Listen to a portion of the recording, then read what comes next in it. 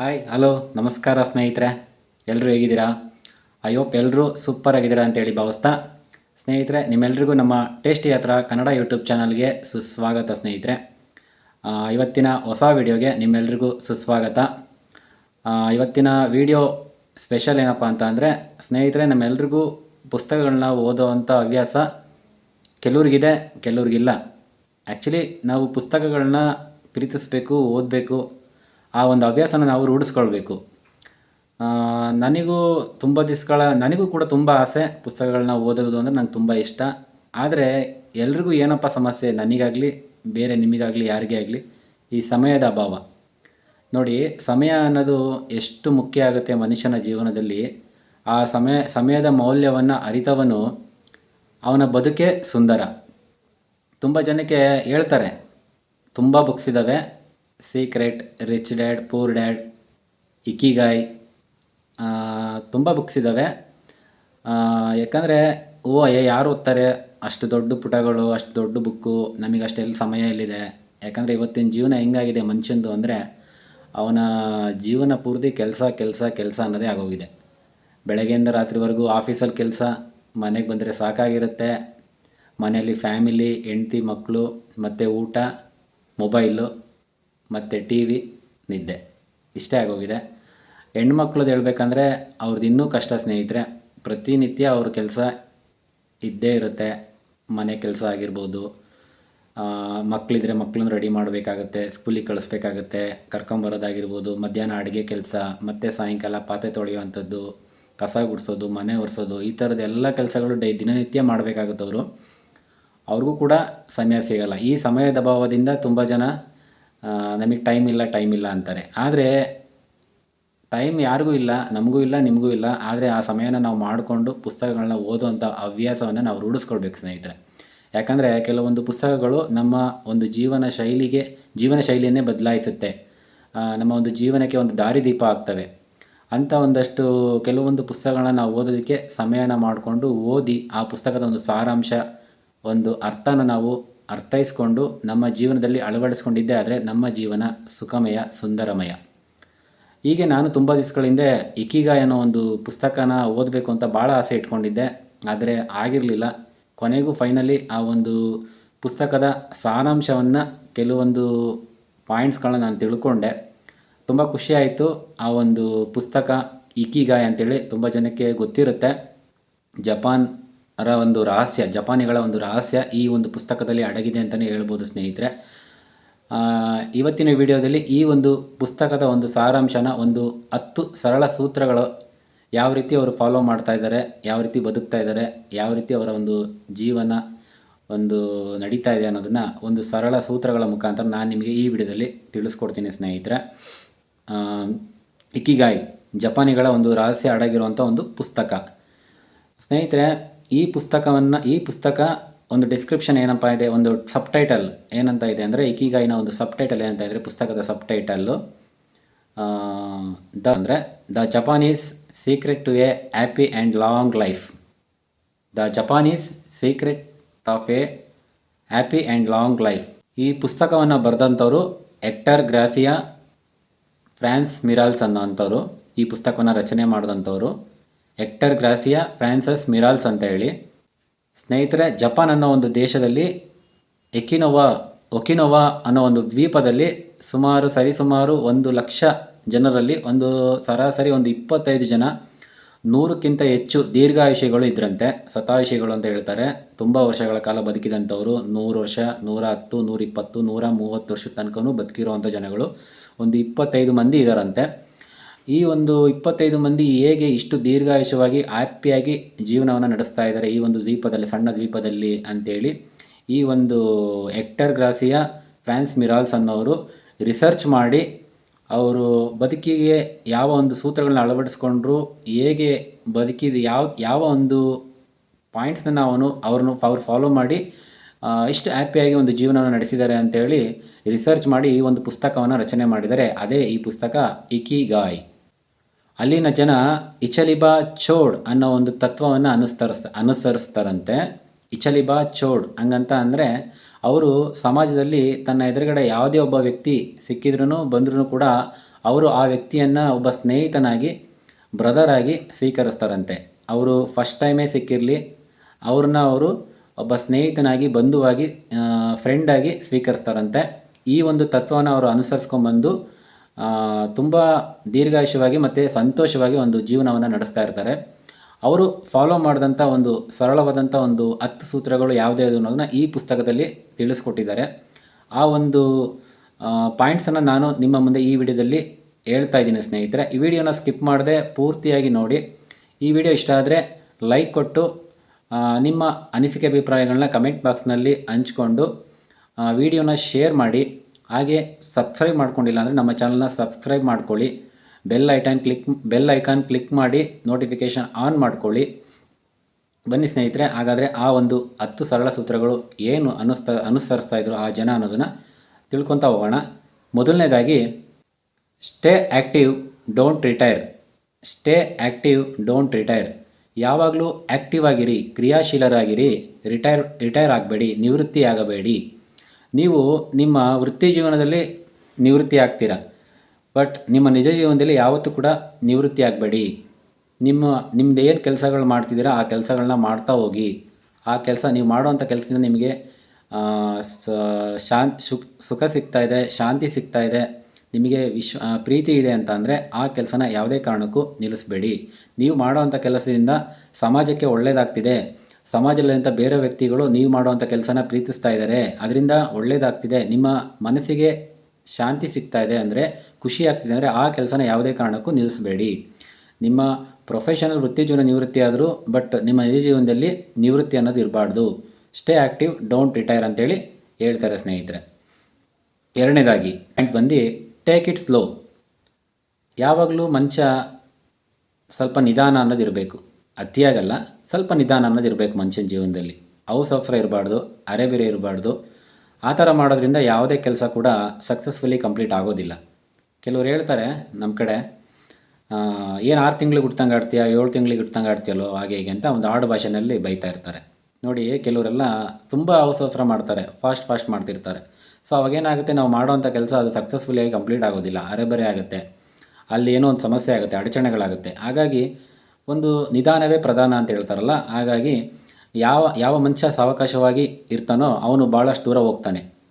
ಆ ಕೆಲಸನೂ ಕೂಡ ಸಕ್ಸಸ್ಫುಲಿಯಾಗಿ ಕಂಪ್ಲೀಟ್ ಆಗುತ್ತೆ. ಅವಸರವೇ ಅಪಾಯ, ಇವೆಲ್ಲ ಕೇಳಿದ್ದೀವಲ್ಲ ಸ್ನೇಹಿತರೆ. ಹಾಗಾಗಿ ನಮ್ಮ ಜೀವನದಲ್ಲಿ ನಿಧಾನ ಅನ್ನೋದು ಬಹಳ ಮುಖ್ಯ. ಟೇಕ್ ಇಟ್ ಸ್ಲೋ, 2ನೇ ಪಾಯಿಂಟು. ನೆಕ್ಸ್ಟ್ 3ನೇ point, don't fill your stomach. ನಿಮ್ಮ ಹೊಟ್ಟೆಯನ್ನು ಪೂರ್ತಿಯಾಗಿ ತುಂಬಿಸಬೇಡಿ. ಹಂಗಂತೇಳಿ ಊಟನ ಅರೆಬರೆ ಅರ್ಧಂಬರ್ಧ ಮಾಡೋದು, ಅರ್ಧಂಬರ್ಧ ಊಟ ಮಾಡಿ ಹೊಟ್ಟೆ ತುಂಬಿಸ್ಕೊಳ್ಳೋದು ಆ ಥರ ಅಂತಲ್ಲ. ಹೊಟ್ಟೆ ಪೂರ್ತಿ ಊಟ ಮಾಡಿ, ಆದರೆ ಒಂದು 100%ಅಲ್ಲಿ 80% ಫಿಲ್ ಮಾಡಿ, ಇನ್ನು 20% ಖಾಲಿ ಇಡಿ ಸ್ನೇಹಿತರೆ. ಯಾಕಂದರೆ ಅದು ನಮ್ಮ ಜೀವನವನ್ನು ಚೈತನ್ಯವಾಗಿಡುವಂಥ ಒಂದು ಮಿಷಿನು. ನಮ್ಮ ಜೀವನವನ್ನು ಚೈತನ್ಯಶಾಲಿಯಾಗಿಡುವಂಥ ಒಂದು ಮಿಷಿನು ಹೊಟ್ಟೆ. ಹಾಗಾಗಿ ಅದಕ್ಕೆ ಯಾವುದ್ಯಾವುದೋ ಫುಡ್ಗಳು ಬೇಕಾಬಿಟ್ಟು ಈ ಜಂಕ್ ಫುಡ್ಡು, ಆಯಿಲ್ ಫುಡ್ಡು, ಆ ಫುಡ್ಡು, ಈ ಫುಡ್ಡು ಅಂತೇಳಿ ಆಳು ಮೂಳು ಕಸ ಕಡ್ಡಿ ಅಂತೇಳಿ ಎಲ್ಲ ತುಂಬೋದು. ಅದಕ್ಕೆ ಎಷ್ಟು ಬೇಕೋ ನಿಯಮಿತವಾಗಿ ಎಷ್ಟು ಫುಡ್ಡು ಅದಕ್ಕೆ ಸೇರಬೇಕೋ ಅಷ್ಟು ಸೇರಿದ್ರೆ ಸಾಕು ಸ್ನೇಹಿತರೆ. ಯಾಕಂದರೆ ಇವತ್ತಿನ ಕಾಲದಲ್ಲಿ ಏನಾಗಿದೆ, ಮನುಷ್ಯನ ಜೀವನ ಗತಿಸಿ ಹೋಗ್ತಾ ಇದೆ. ಯಾಕಂದರೆ ನಾವು ತಿನ್ನುವಂಥ ಆಹಾರದಲ್ಲೂ ಕೂಡ ನಮಗೆ ತೊಂದರೆಯಾಗಿ ನಾನಾ ಥರ ಕಾಯಿಲೆಗಳು ಬರ್ತಾ ಇದೆ. ಹಾಗಾಗಿ ಆಹಾರದಲ್ಲಿ ಒಂದು ಒಂದು ಮಿತಿಯಾಗಿ ಆಹಾರವನ್ನು ಸೇವಿಸಬೇಕು. ಬೇಕಾಬಿಟ್ಟು ತಿನ್ನೋದಲ್ಲ, ಯಾವುದಾದ್ರೂ ಫುಡ್ಗಳನ್ನ ತಿನ್ನೋದಲ್ಲ. ಹಾಗಾಗಿ ಒಂದು 80% ನೀವು ಫಿಲ್ ಮಾಡಿಕೊಂಡು ಒಂದು 20% ಖಾಲಿ ಇಡೋದ್ರಿಂದ ನಿಮ್ಮ ಜೀವನ, ನಿಮ್ಮ ಆಯಸ್ಸು ವೃದ್ಧಿ ಆಗುತ್ತೆ ಸ್ನೇಹಿತರೆ. ನೆಕ್ಸ್ಟ್ 4ನೇ point, surround your self with good friends. ನಿಮ್ಮ ಸುತ್ತಮುತ್ತ ಒಳ್ಳೆಯ ಸ್ನೇಹಿತರನ್ನ ಇಟ್ಕೊಳ್ಳಿ. ಈಗ ನಮ್ಮ ಜೀವನ ಶೈಲಿ ಹೇಗಿರುತ್ತೆ, ಮುಂದಿನ ಜೀವನ ಅನ್ನೋದು ನಮ್ಮ ಸುತ್ತಮುತ್ತ ಇರುವಂಥ ಪರಿಸರದ ಮೇಲೆ ಅವಲಂಬಿತ ಆಗಿರುತ್ತೆ. ಈಗ ನಮ್ಮ ಸುತ್ತಮುತ್ತ ಒಳ್ಳೆಯ ಸ್ನೇಹಿತರಿದೆ, ಆ ಒಳ್ಳೆಯ ಹವ್ಯಾಸಗಳು ನಮ್ಮಲ್ಲಿ ಬರ್ತವೆ. ಅದೇ ಕೆಟ್ಟವರ ಜೊತೆ ಕೆಟ್ಟವರ ಸಹವಾಸ ಮಾಡಿದ್ರೆ ಕೆಟ್ಟದ್ದೇ ಬರುತ್ತೆ. ಹಾಗೆ ಒಳ್ಳೆ ಫ್ರೆಂಡ್ಸ್ಗಳ ಸಹವಾಸ ಮಾಡಿ, ಒಳ್ಳೆ ಫ್ರೆಂಡ್ಸ್ಗಳ ಜೊತೆ ಟೈಮ್ ಸ್ಪೆಂಡ್ ಮಾಡಿ, ನಿಮ್ಮ ಕಷ್ಟ ಸುಖಗಳನ್ನ ಅವ್ರ ಜೊತೆ ಹಂಚ್ಕೊಳ್ಳಿ. ಅದರಿಂದ ನಿಮ್ಮ ಮನಸ್ಸು ಹಗುರ ಆಗುತ್ತೆ, ನಿಮ್ಮ ನೋವು ಕಡಿಮೆ ಆಗುತ್ತೆ. ಒಳ್ಳೊಳ್ಳೆ ವಿಚಾರಗಳನ್ನ ಮಾತನಾಡಿ ಒಳ್ಳೊಳ್ಳೆ ಹವ್ಯಾಸಗಳನ್ನ ರೂಢಿಸ್ಕೊಳ್ಳಿ. ಒಳ್ಳೊಳ್ಳೆ ಕನಸುಗಳನ್ನ ಕಾಣಲಿ ಸ್ನೇಹಿತರುಗಳ ಜೊತೆ. ಈ ರೀತಿ ನೀವು ಫ್ರೆಂಡ್ಸ್ಗಳ ಜೊತೆ, ಒಳ್ಳೆ ಫ್ರೆಂಡ್ಸ್ಗಳ ಜೊತೆ ಕಾಲವನ್ನು ಕಳಿಬೇಕು ಸ್ನೇಹಿತರೆ. ನೆಕ್ಸ್ಟು 5ನೇ point, get in shape for your next birthday. ನಿಮ್ಮ ಪ್ರತಿ ವರ್ಷ ನಾವು ಬರ್ತಡೇ ಆಗುತ್ತಲ್ವ, ಪ್ರತಿ ವರ್ಷ ನಾವು ಒಂದೊಂದು ವರ್ಷ ಹೋಗ್ತಾ ಇರ್ತೀವಲ್ವ, ನೀವು ನಿಮ್ಮ ಒಂದು ನೆಕ್ಸ್ಟ್ ಬರ್ತಡೇ ಅನ್ನೋದು ಒಂದು ಬಂದಾಗ ಆವಾಗ ನೀವು ಇನ್ನೂ ಕ್ರಿಯಾಶೀಲರಾಗಿರಬೇಕು, ಆ್ಯಕ್ಟಿವ್ ಆಗಿರಬೇಕು. ಅಂತ ಅಂದರೆ ಇವಾಗ ನೋಡಿ, ಮನುಷ್ಯ ವಯಸ್ಸು ಆಗ್ತಾ ಆಗ್ತಾ ಆಗ್ತಾ ಅವನ ಆರೋಗ್ಯ ಸ್ಥಿತಿನೂ ಕೂಡ ಡೌನ್ ಆಗ್ತಾ ಹೋಗುತ್ತೆ. ಇವಾಗಂತೂ ಅದು ತುಂಬಾ ಆಗಿದೆ. ಯಾಕಂದರೆ ನಾವು ತಿನ್ನೋವಂಥ ಫುಡ್ಡು, ಯೂಸ್ ಮಾಡೋವಂಥ ತರಕಾರಿಗಳು ತುಂಬ ಇದ್ದಾವೆ ರೀಸನು, ಎಲ್ಲ ಕೆಮಿಕಲ್ ಆಗಿರೋವಂಥದ್ದು. ಹಾಗಾಗಿ ಮನುಷ್ಯನ ಆಯಸ್ಸು ತುಂಬ ಕಡಿಮೆ ಆಗ್ತಾಯಿದೆ. ಹಾಗಾಗಿ ಪ್ರತಿ ವರ್ಷ ನಮ್ಮ ಒಂದು ಬರ್ತಡೇ ಒಂದು ವರ್ಷ ಹೋಗ್ತಾ ಇರುತ್ತೆ. ಹಾಗಾಗಿ ನಾವು ಪ್ರತಿ ವರ್ಷವೂ ನಾವು ಆ್ಯಕ್ಟಿವ್ ಆಗಿರಬೇಕು, ಕ್ರಿಯಾಶೀಲರಾಗಿರಬೇಕು. ಅದಕ್ಕೆ ನಾವೇನು ಮಾಡಬೇಕು? ಎಕ್ಸಸೈಸ್ಗಳು ಮಾಡಬೇಕು, ವ್ಯಾಯಾಮಗಳು ಮಾಡಬೇಕು. ವ್ಯಾಯಾಮಗಳು ಮಾಡೋದ್ರಿಂದ ನಮ್ಮಲ್ಲಿ ಹೊಸ ಹೊಸ ಹಾರ್ಮೋನ್ಗಳು ರಿಲೀಸ್ ಆಗುತ್ತೆ. ಇದರಿಂದ ನಮ್ಮ ಆರ್ಗನ್ಗಳು ಸ್ಟ್ರೆಂತ್ ಆಗ್ತವೆ. ಸೊ ಈ ರೀತಿ ಇರೋದ್ರಿಂದ ನಾವು ಆ್ಯಕ್ಟಿವ್ ಆಗಿರ್ಬೋದು. ಈಗ ಕೆಲವ್ರನ್ನ ನೋಡಿ ನಾವು ಹೇಳ್ತೀವಿ, ಏನಪ್ಪ ಒಂದು 30 ವರ್ಷ ಇರೋವಂಥವ್ರು ಈಗ ನೋಡಿದ್ರೆ ಅಷ್ಟು ಕಾಣೋದೇ ಇಲ್ಲ ಏಜು, ಒಂದು 20 ಇಯರ್ಸ್ ಯಂಗ್ ಏಜ್ ಥರ ಇದೆಯಲ್ಲ. ಈಗ 60 ಇಯರ್ಸ್ ಇರ್ತಾರೆ, ಅವ್ರು ನೋಡಿದ್ರೆ 40 ಏಜ್ ಅಂತ ಹೇಳ್ತೀವಿ ಎಕ್ಸಾಂಪಲ್ ಆಗಿ. ಸೊ ಆ ರೀತಿಯಾಗಿ ನಾವು ಕ್ರಿಯಾಶೀಲರಾಗಿ ನಮ್ಮ ಆರೋಗ್ಯವನ್ನು ಚೆನ್ನಾಗಿ ಇಟ್ಕೊಬೇಕು. ಈ ವರ್ಷ ನಾವು ಈ ಥರ ಇದ್ದೀವಿ ಅಂದರೆ ನೆಕ್ಸ್ಟ್ ಇಯರ್ ಬರ್ತಡೇಲಿ ನಾವು ಇನ್ನೂ ಒಂದು ಹೊಸದಾಗಿ ಏನೋ ಒಂದು ನಮ್ಮಲ್ಲಿ ಬದಲಾವಣೆ ಕಾಣಬೇಕು ಜನಗಳಿಗೆ. ಆ ಥರ ಒಂದು ಹೊಸ ಹುರುಪು, ಹೊಸ ಹುಮ್ಮಸ್ಸು ನಮ್ಮ ಜೀವನದಲ್ಲಿ ಇರಬೇಕು ಸ್ನೇಹಿತರೆ. ನೆಕ್ಸ್ಟು ಸ್ಮೈಲ್ ಸದಾ ಹಸನ್ಮುಖಿಯಾಗಿರಬೇಕು. ನಗು ಅನ್ನೋದು ಯಾರಪ್ಪನ ಮನೆ ಸ್ವತ್ತಲ್ಲ, ಅದು ನಿಮ್ಮಪ್ಪನ ಮನೆ ಸ್ವತ್ತೇ, ನಿಮ್ಮ ಸ್ವತ್ತೇ, ನಿಮ್ಮ ಹಕ್ಕು. ಯಾವಾಗಲೂ ನಗ್ತಾ ಇರಿ, ಹಸನ್ಮುಖಿಯಾಗಿರಿ ಸ್ನೇಹಿತರೆ. ನಗೋದ್ರಿಂದ ತುಂಬ ಬೆನಿಫಿಟ್ ಇದೆ ನಮ್ಮ ಆರೋಗ್ಯಕ್ಕೆ. ನಾವು ಸದಾ ನಗ್ತಾ ಇರೋದ್ರಿಂದ ನಾವು ದೀರ್ಘಾಯುಷರಾಗಿ ನಮ್ಮ ಆಯಸ್ಸು ಕೂಡ ಹೆಚ್ಚಾಗುತ್ತೆ. ಹಂಗಂತ ಹುಚ್ಚಬೇರಿ ಬೇಕಾಬಿಟ್ಟು ಅಂತ ನಗೋದಲ್ಲ. ನಗು ಅನ್ನೋದು ಒಂದು ಸುಂದರವಾದ ಒಂದು ಕಲೆ. ಅದನ್ನು ನಾವು ರೂಢಿಸ್ಕೊಳ್ಬೇಕು. ಒಂದು ಆ್ಯಪ್ ಮೊರೆ ಹಾಕ್ಕೊಂಡು ಏನೋ ಒಂಥರ ಡಲ್ಲಾಗಿರೋವಂಥದ್ದು ಅದೆಲ್ಲ ಇರಬಾರ್ದು. ಸದಾ ನಗ್ತಾ ಇರಿ, ಹಸನ್ಮುಖಿಯಾಗಿರಿ, ಆಯುಷನ್ನ ವೃದ್ಧಿಸ್ಕೊಳ್ಳಿ ಸ್ನೇಹಿತರೆ. Next 7th point, reconnect with nature. ನಾವು ಯಾವಾಗಲೂ ನಿಸರ್ಗ ಜೊತೆ ಕನೆಕ್ಷನ್ ಇರಬೇಕು, ಒಂದು ಸಂಪರ್ಕ ಇರಬೇಕು ನಮಗೆ. ನೋಡಿ, ಈ ನಗರ ಪ್ರದೇಶಗಳಲ್ಲಿ ನಾವು ಯಾವಾಗಲೂ ಗದ್ದಲ, ಶಬ್ದ, ಪೊಲ್ಯೂಷನ್ನು, ಲಾರಿ, ಟ್ರೈನು, ಬಸ್ಸು, ಕಿರಿಕಿರಿ, ಟ್ರಾಫಿಕ್ಕು, ಅದೇ ಕೆಲಸ, ಅದೇ ಮನೆ, ಅದೇ ಒಂದು ಗಾಡಿಗಳು, ಅದೇ ಒಂದು ವೆಹಿಕಲ್ಲು, ಭಾಳ ಕಿರಿಕಿರಿಗಳು. ನಮಗೆ ಎಲ್ಲೋ ಒಂದು ಕಡೆ ಒಂದು ಸಮಾಧಾನವಾಗಿ ಒಂದು ಪ್ರಶಾಂತವಾದ ವಾತಾವರಣ ನಮಗಲ್ಲಿ ಸಿಗೋದಿಲ್ಲ. ಅದೇ ನಮ್ಮ ನೇಚರ್, ಪ್ರಕೃತಿ ಜೊತೆ ನಾವು ಟೈಮ್ನ ಸ್ಪೆಂಡ್ ಮಾಡಬೇಕು ಸ್ನೇಹಿತರೆ. ಸಮಯ ಈಗ ನೋಡಿ, ತುಂಬ ಜನ ಈ ಪ್ಲ್ಯಾಂಟ್ ಬೆಳಗ್ಗೆ ಎದ್ದ ತಕ್ಷಣ ಬಂದು ಸೂರ್ಯನ ನೋಡ್ತಾರೆ, ನಮಸ್ಕಾರ ಮಾಡ್ತಾರೆ. ಗಾರ್ಡನ್ಗೆ ಹೋಗ್ಬಿಟ್ಟು ಗಿಡಗಳನ್ನ ನೋಡ್ತಾರೆ. ಎಷ್ಟು ಖುಷಿಯಾಗುತ್ತೆ ಗೊತ್ತಾ? ಅಲ್ಲಿ ಅರಳಿರೋವಂಥ ಹೂವುಗಳೆಲ್ಲ ನೋಡಿದಾಗ, ಆ ಗಿಡಗಳು ನೋಡಿದಾಗ, ಆ ಜೇನುಗಳು ಬಂದು ಮಕರಂದ ಇರೋದು, ಇದನ್ನೆಲ್ಲ ನೋಡಿದಾಗ ಮನಸ್ಸಿಗೆ ಭಾಳ ಇಂಪಾಗುತ್ತೆ, ಭಾಳ ಖುಷಿಯಾಗುತ್ತೆ. ಈ ಒಂದು ಪರಿಸರ ನಮಗೆ ಸಿಗೋದು ಅಂತ ಅಂದರೆ ನಮಗೆ ಹಳ್ಳಿ ಕಡೆ, ನಮಗಂತೂ ಬಿಡಿ ಸಿಕ್ಕೇ ಸಿಗುತ್ತೆ. ಪ್ರತಿ ದಿವಸ ಅರ್ಲಿ ಮಾರ್ನಿಂಗ್ ಎದ್ದುಬಿಟ್ಟು ನಾವು ನಮ್ಮ ದನ ಕರುಗಳನ್ನೆಲ್ಲ ಆಚೆ ಕಟ್ಟಾಕ್ಬಿಟ್ಟು ಹೊಲಕ್ಕೆ, ಗದ್ದೆಗೆಲ್ಲ ಹೋಗಿ ಒಂದು ರೌಂಡೆಲ್ಲ ಸುತ್ಕೊಂಬರೋದ್ರಿಂದ ಹಕ್ಕಿಗಳ ಚಿಲಿಪಿಲಿ ಶಬ್ದ, ಕಲರವ, ಮನಸ್ಸಿಗೆ ಇಂಪು, ಒಳ್ಳೆ ಗಾಳಿ, ವಾತಾವರಣ ಎಲ್ಲ ಸಿಗುತ್ತೆ. ಆದರೆ ಸಿಟಿಲಿರೋರಿಗೆ ಅದು ಸಿಗೋದೇ ಇಲ್ಲ ಸ್ನೇಹಿತರೆ. ಹಾಗಾಗಿ ನಾವು ನೇಚರ್ ಜೊತೆ ಹೆಚ್ಚಾಗಿ ಸಮಯವನ್ನು ಕಳಿಬೇಕು. ಅದರಿಂದ ನಮಗೆ ನಮ್ಮ ಒಂದು ಬ್ಯಾಟ್ರಿಗಳೇನಿದೆ ಅದನ್ನೆಲ್ಲ ಚಾರ್ಜ್ ಮಾಡ್ಕೊಬೇಕು. ನಮ್ಮ ಒಂದು ಇಂದ್ರಿಯಗಳು ಅಂತ ಏನು ಹೇಳ್ತೀವಲ್ಲ, ಅದೆಲ್ಲ ಚಾರ್ಜ್ ಆಗುತ್ತೆ ಅಂತ ಹೇಳ್ಬೋದು. 8ನೇ ಪಾಯಿಂಟು, ಗಿವ್ ಥ್ಯಾಂಕ್ಸ್. ಸ್ನೇಹಿತರೆ, ನಾವು ಯಾವಾಗಲೂ ಕೃತಜ್ಞತೆಗಳನ್ನ ಹೇಳಬೇಕು. ಯಾರ್ಯಾರಿಗೆ ಹೇಳಬೇಕು? ನಮ್ಮ ಪೂರ್ವಜರಿಗೆ ಹೇಳಬೇಕು, ಹಿರಿಯರಿಗೆ ಹೇಳಬೇಕು, ಮುಖ್ಯವಾಗಿ ನಮ್ಮ ತಂದೆ ತಾಯಿಗಳಿಗೆ ಹೇಳಬೇಕು. ಇವತ್ತು ನಾವು ಇಲ್ಲಿದ್ದೀವಿ, ನಾನು ಮಾತಾಡ್ತಾ ಇದ್ದೀನಿ, ನಾನು ನಿಮ್ಮ ಮುಂದೆ ಇದ್ದೀನಿ, ನಾನು ಹೊರಗಡೆ ಏನೋ ಒಂದು ಸಾಧನೆ ಮಾಡಿದೆ, ಏನೋ ಒಂದು ಗಳಿಸ್ದೆ ಅಂದರೆ ಅದಕ್ಕೆಲ್ಲ ಕಾರಣಕರ್ತರು ನಮ್ಮ ತಂದೆ ತಾಯಂದಿರು. ಅವರು ಜನ್ಮ ಕೊಟ್ಟಿದ್ದಕ್ಕೆ ತಾನೇ ಇವತ್ತು ನಾವು ಈ ಭೂಮಿ ಮೇಲೆ ಇರೋದು. ನಮ್ಮ ಒಂದು ಏನೇ ಒಂದು ಸಾಧನೆ ಆಗಿರ್ಬೋದು, ಒಂದು ಸೇವೆ ಆಗಿರ್ಬೋದು, ಏನೇ ಒಂದು ಇವತ್ತು ನಮ್ಮ ಹೆಸರು ಹೇಳ್ತಾರೆ ಅಂದರೆ ಅದು ಕಾರಣಕರ್ತರು ಅವರು ನಮ್ಮನ್ನು ಎತ್ತಿ ಒತ್ತಿ ಸಾಕಿದ್ರಿಂದ ಇವತ್ತು ಇದನ್ನೆಲ್ಲ ಮಾಡಲಿಕ್ಕೆ ಸಾಧ್ಯ ಆಗಿದೆ. ಹಾಗಾಗಿ ನಮ್ಮ ತಂದೆ ತಾಯಿಗಳಿಗೆ ನಾವು ಚಿರಋಣಿಯಾಗಿರಬೇಕು, ಅವರಿಗೆ ಕೃತಜ್ಞತೆಗಳನ್ನ ಸಲ್ಲಿಸಬೇಕು. ಹಾಗೆ ಹಿರಿಯರಿಗೆ ಸಲ್ಲಿಸಬೇಕು, ಅವರಿಂದಲೂ ನಾವು ಸಾಕಷ್ಟು ವಿಚಾರಗಳನ್ನ ಕಲ್ತಿರ್ತೀವಿ. ಹಾಗೆ ನೆಕ್ಸ್ಟು ನಮ್ಮ ನಿಸರ್ಗಕ್ಕೆ ಮೇಯ್ನು, ನಿಸರ್ಗದ ಒಂದು ಪಾರ್ಟ್ ನಾವು ನಿಜವಾಗ್ಲೂ ಹೇಳ್ಬೇಕಂದ್ರೆ. ಯಾಕಂದರೆ ಇವತ್ತು ಪ್ರಕೃತಿ ಇಲ್ಲ ಅಂತಂದರೆ ನಾವೇನೂ ಇಲ್ಲ ಸ್ನೇಹಿತರೆ. ನಮಗೆ ಇವತ್ತು ಸಿಕ್ಕಿರೋದೆಲ್ಲ ಪ್ರಕೃತಿಯಿಂದನೇ ಹೇಳಬೇಕು ಅಂತಂದರೆ. ಆಲೋನ್ ಎಲ್ಲದು ಕೂಡ, ಒಂದು ಕುಡಿಯೋದಕ್ಕೆ ನೀರಾಗಿರ್ಬೋದು, ತಿನ್ನೋದಕ್ಕೆ ಆಹಾರ ಆಗಿರ್ಬೋದು, ಭೂಮಿ ತಾಯಿ ಕೊಟ್ಟಿರೋವಂಥದ್ದು, ಹಾಗೆ ಉಸಿರಾಡೋದಕ್ಕೆ ಗಾಳಿ, ಇದೆಲ್ಲ ಸಿಕ್ಕಿರೋದು ನಮಗೆ ನೇಚರಿಂದ. ಹಾಗಾಗಿ ನೇಚರ್ಗೆ ನಾವು ನೇಚರ್ಗೂ ಕೂಡ ನಾವು ಪ್ರಿಫರೆನ್ಸ್ ಕೊಟ್ಟು ಅದಕ್ಕೆ ನಾವು ಥ್ಯಾಂಕ್ಸನ್ನು ಹೇಳಬೇಕು. ನಮಗೆ ಯಾವಾಗ ಯಾವಾಗ ಸಮಯ ಸಿಗುತ್ತೋ ನನಗೆ ಇಂಥ ಒಂದು ಬ್ಯೂಟಿಫುಲ್ ಲೈಫನ್ನು ಕೊಟ್ಟಿದ್ದಕ್ಕೆ ನೇಚರ್ಗೆ ನಾವು ಒಂದು ಥ್ಯಾಂಕ್ಸ್, ಒಂದು ಕೃತಜ್ಞತೆಯನ್ನು ನಾವು ಸಲ್ಲಿಸಬೇಕು ಸ್ನೇಹಿತರೆ. ನೆಕ್ಸ್ಟ್ 9ನೇ point, live in the moment.